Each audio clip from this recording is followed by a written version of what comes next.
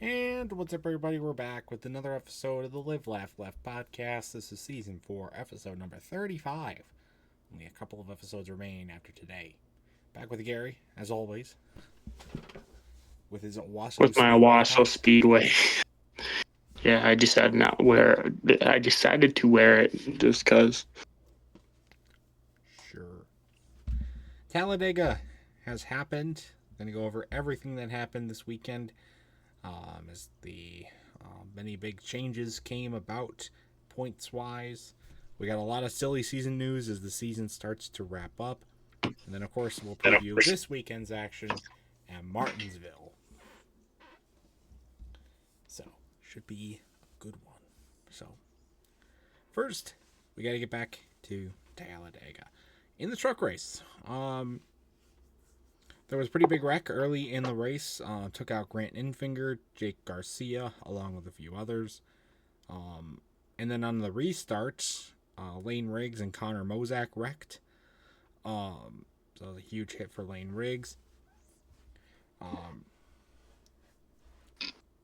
Brandon Holmes wrecked in stage 2. Daniel Hemrick also. Daniel Hemrick was having a good day until he blew a tire in stage 3.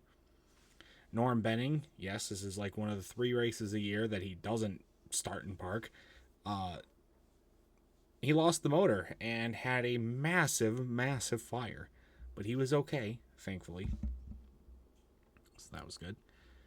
Ben Rhodes and Luke Fenhouse went around late, which set up they were going for the lead as well, and they ended up getting spun out, which set up a late restart and a chaotic finish. And we saw a new winner. Gio Ruggiero, ladies and gentlemen, pulls through on the last lap pass to win it in double overtime. His first career Truck Series win. Congratulations, Gio Ruggiero. Finally not a Corey Heim winner.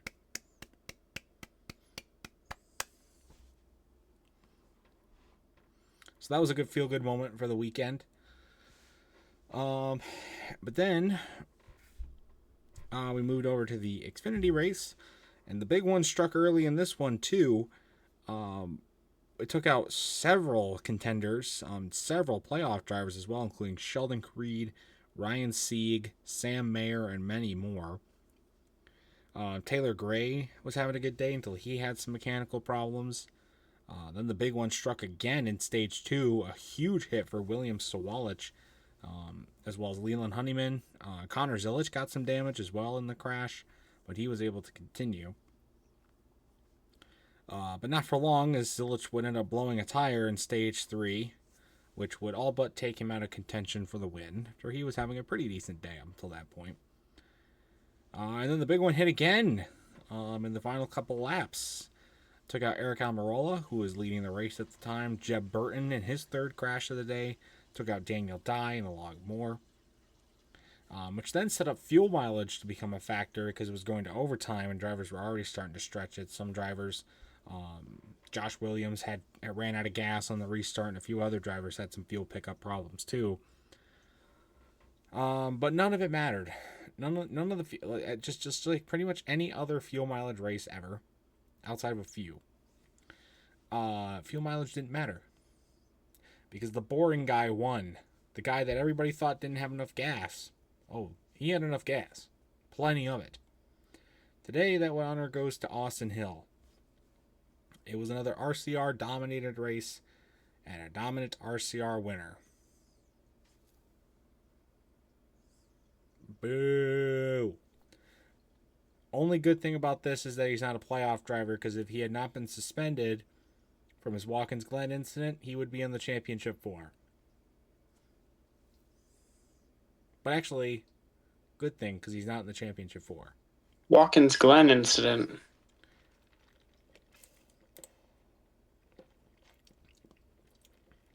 It was Indy. Blast. And Watkins Glen.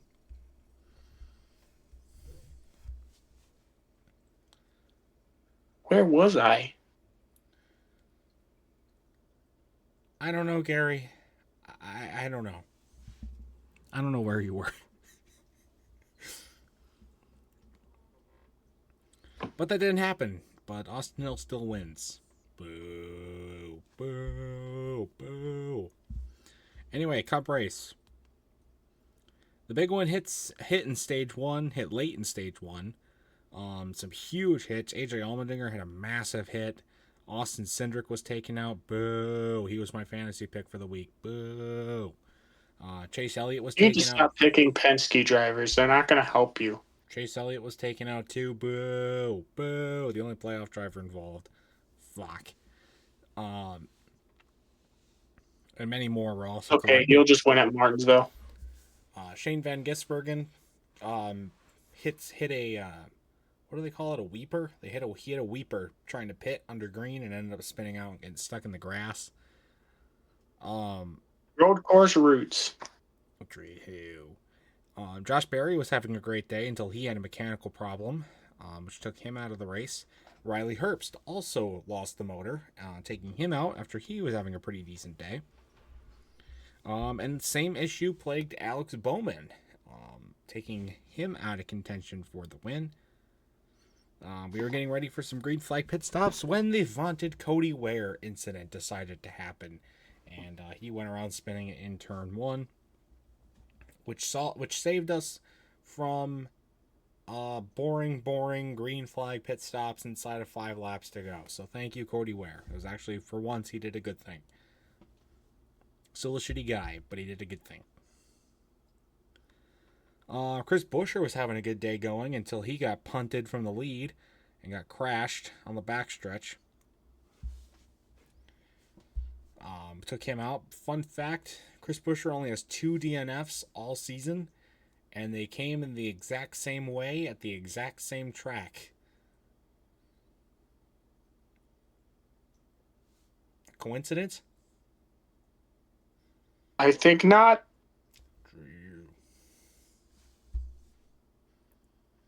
But then we get to the finish, and I think this was the funniest part of the entire race. So really, it comes down to the Penske cars trying to hang on. You've got the 2 remaining Hendrick cars trying to push through and get the win. And then you got like a million other guys trying to push through and get their first win. Because you got some Gibbs guys up in there and whatnot. And the Hendrick cars on the last lap have a great run coming on the inside, led by Kyle Larson and William Byron. And then Larson ran out of gas. He ran out of gas on the backstretch. Get fucked. Get fucked, loser. And then as they were coming to the finish, William Byron got spun, going for 5th. And proved there's no big one on the final lap, though, which was surprising. I thought there would be one, and there wasn't. But the winner prevailed. Chase Briscoe wins, making it back-to-back for Joe Gibbs. And Briscoe is now locked into the Championship 4 by virtue of the win. So, I'd call that a good win. Chase Briscoe in the Championship 4, his first super speedway win. Should have been Kyle Larson. True. Cliff Daniels, Fuel Mastermind, was a whole half a lap short. Bullshit. So, another overtime win there. So we had 2 overtime races. So, no, we had all the races went to overtime. So, it was a triple overtime weekend. But that was the Talladega weekend. Now let's go over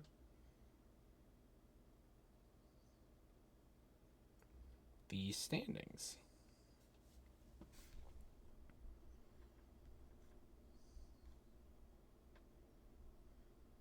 For the Truck Series, things got pretty spread out, a little bit at least. Corey Heim, still the only driver locked in, as Gio Ruggiero is not a playoff driver. Rajah Caruth had a pretty good day. He sits plus 14 in second. Tyler Ankrum is plus 8 And Caden Honeycutt is +5. So that'd be quite the championship 4 if that's how it pans out with Corey Heim, Rajah Caruth, Tyler Ankrum, and Caden Honeycutt. I'd say so myself. If the 52 truck makes the final 4, I'll shit myself. I'll do it.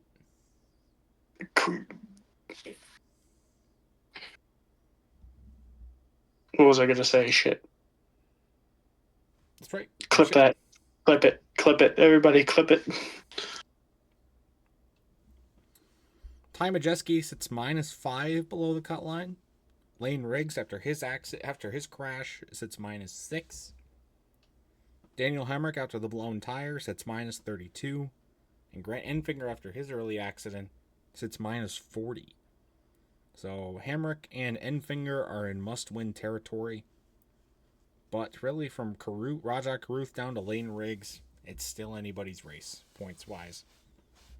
So lots of shuffling will still be happening.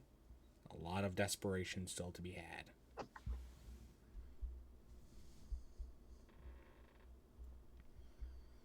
All right, then the Xfinity race. Again, Connor Zilic, Justin Allgaier, both advanced. Austin Hill, not a playoff driver, so nobody else locked their way in. Well, actually, no. Zilic and Allgaier get in on points because they didn't win, but they're locked in on points. That's basically what that means. Jesse Love had a good day, obviously. RCR car at Talladega. Sits +40. And Carson Kvapil had a great day as well. Sits +11. Sammy Smith -11. Brandon Jones -20 after being involved in one of the big ones. Sam Mayer also involved in one of the big ones. Sits -22. Same goes for Sheldon Creed, who is now -41. So definitely must-win territory for Sheldon Creed. Guys, he's the perennial bridesmaid. He ain't making it. Sam Mayer, Brandon Jones have to be feeling pretty desperate. Sammy Smith should be desperate too, but not as desperate. Carson Kvapil should definitely not be comfortable. Jesse Love pretty much just can't wreck, and he'll be fine. So. Ooh. So that was that. Now we move on to the Cup. Chase Briscoe, Denny Hamlin, both locked into the championship 4. And this playoff was blown wide open. Christopher Bell, +37. Kyle Larson, despite running out of gas on the last lap, +36. Yeah. William Byron, losing 23 points on the final quarter mile of the race, now sits -36. Joey Logano, despite having a pretty good day, sits -38. Ryan Blaney also had a decent day, but he sits -47. And Chase Elliott, being the only playoff driver to get involved in an accident all day, sits -62. So really, for all 4 guys below the cut line and Cup, it is must-win territory. They have to win. Not just below the cut line, above the cut line. Because if you think about it, if Kyle Larson or who's the other one again? Above the cutoff? Christopher Bell. Yeah, if one of those two wreck early in the race, they could get kicked out. So all of them are in a must-win. It's okay. We know Chase Elliott's going to have the pit stop of his life and get away with speeding on pit road again and win the race. No, what's going to happen is Joey Logano's going to do the same shit that he did last time when Jeff Gordon got his final victory, and someone's going to come up, wait for him to pass, and then and then we'll have a new favorite driver. Yay. True. Shout out Matt Kenseth. Yay, Matt Kenseth wasn't my favorite driver until he did that.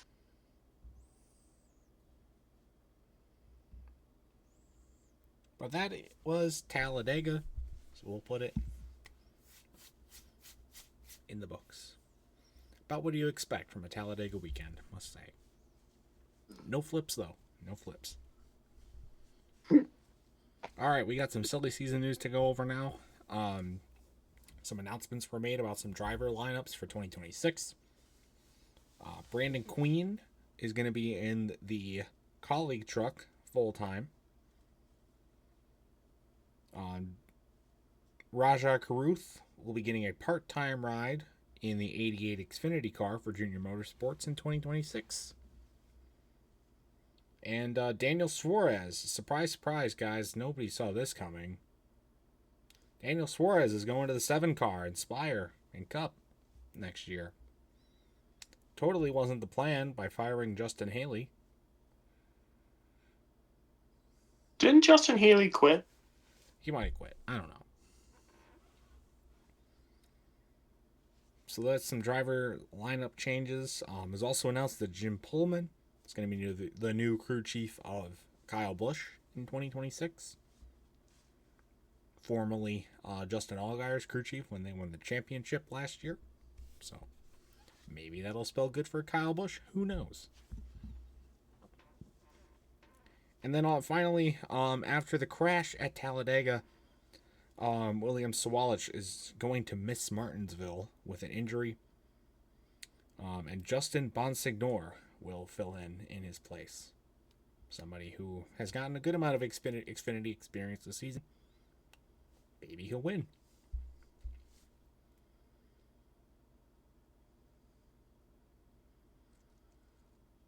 Try not to sneeze. Achoo, achoo, achoo, achoo, achoo, achoo. Sneeze, sneeze, sneeze. If you don't sneeze, you're gay. Okay, we're good.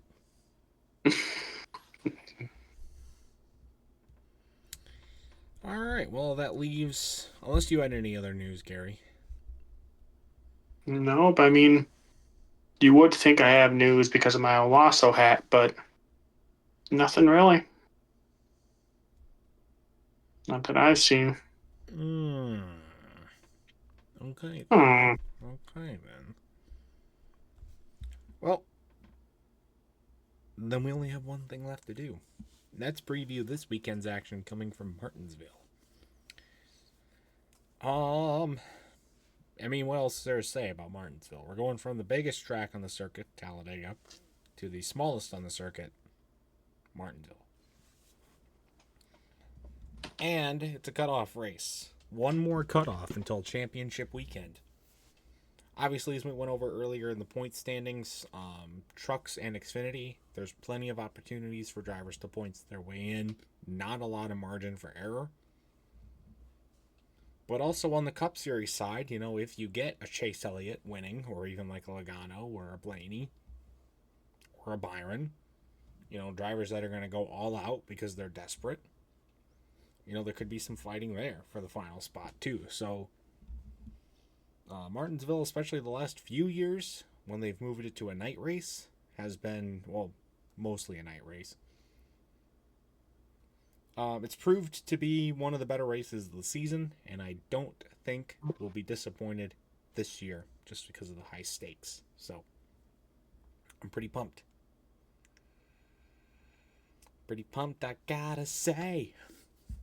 I do want to say the Martinsville paint scheme that they do.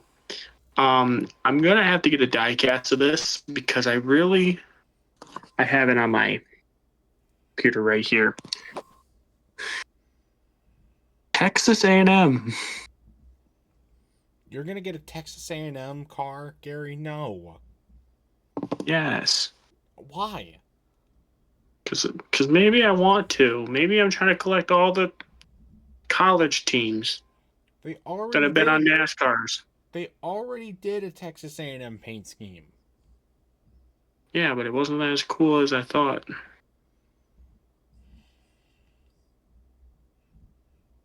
Anyways, go ahead, continue.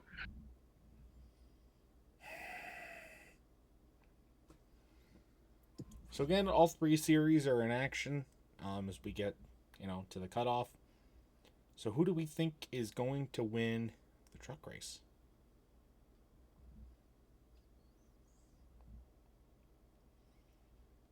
I'm going to go with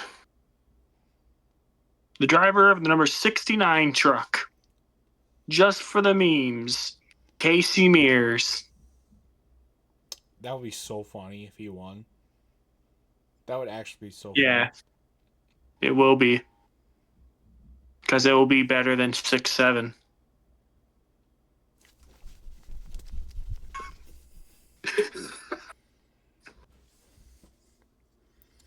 I'm going with Lane Riggs. I think he's going to be determined, being below the cut line, and I think it'd be tragic if he wasn't in the championship for. Granted, he could points his way in, but I'm going to pick Lane Riggs. All right, now who's going to win Xfinity? Sammy Smith.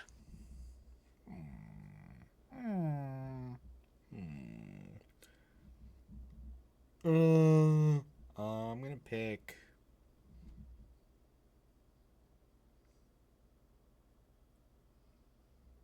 Fuck.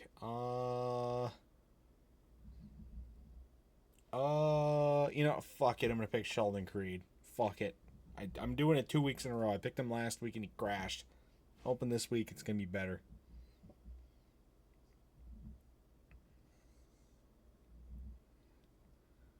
Alright.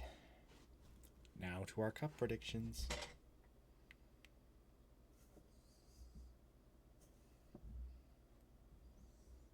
Hello? Garry? Hello?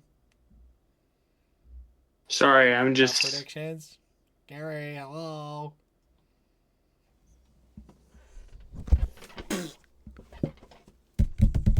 This is Tyler's. Ooh, you got Cowbush. An RCR car. Well, that sucks. It's okay, I won't get any better.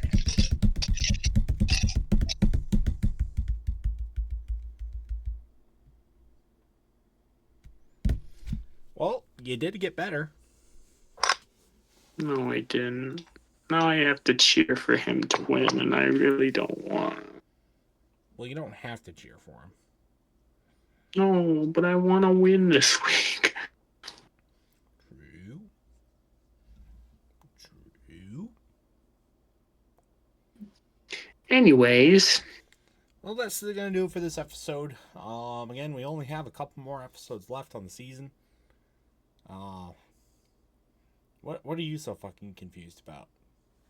I thought we had one more pair of news, but... No, we're saving that. Oh, okay. It's still secretive. God damn it, Garry. I didn't say anything. Nothing's going on. Nothing's going on at all. Nothing's going on at all. Hint, hint, actually, there will be an announcement coming November 14th. November 14th, there will be an announcement coming. So stay tuned for that episode. Yes, we're doing an episode that week, even though the season will have been over for a while at that point, because that's the Tuesday prior. Like we said before, that's when NASCAR 25 comes out on Steam, so I'm going to finally be able to play the game. So that's that. That's why we're doing an episode. But also stay tuned for a big announcement coming November 14th. So, anyways, it's going to do for this episode, guys. Next week, we will do Championship 4 previews and see how much chaos went down at Martinsville, go over any silly season news, and gear up for the championship finale. So it should be awesome. Till next time, guys, though, we'll see you guys next week. Stay tuned for more content as well on the Pringleson YouTube channel. And, yeah, like I said, see you guys next week. Goodbye.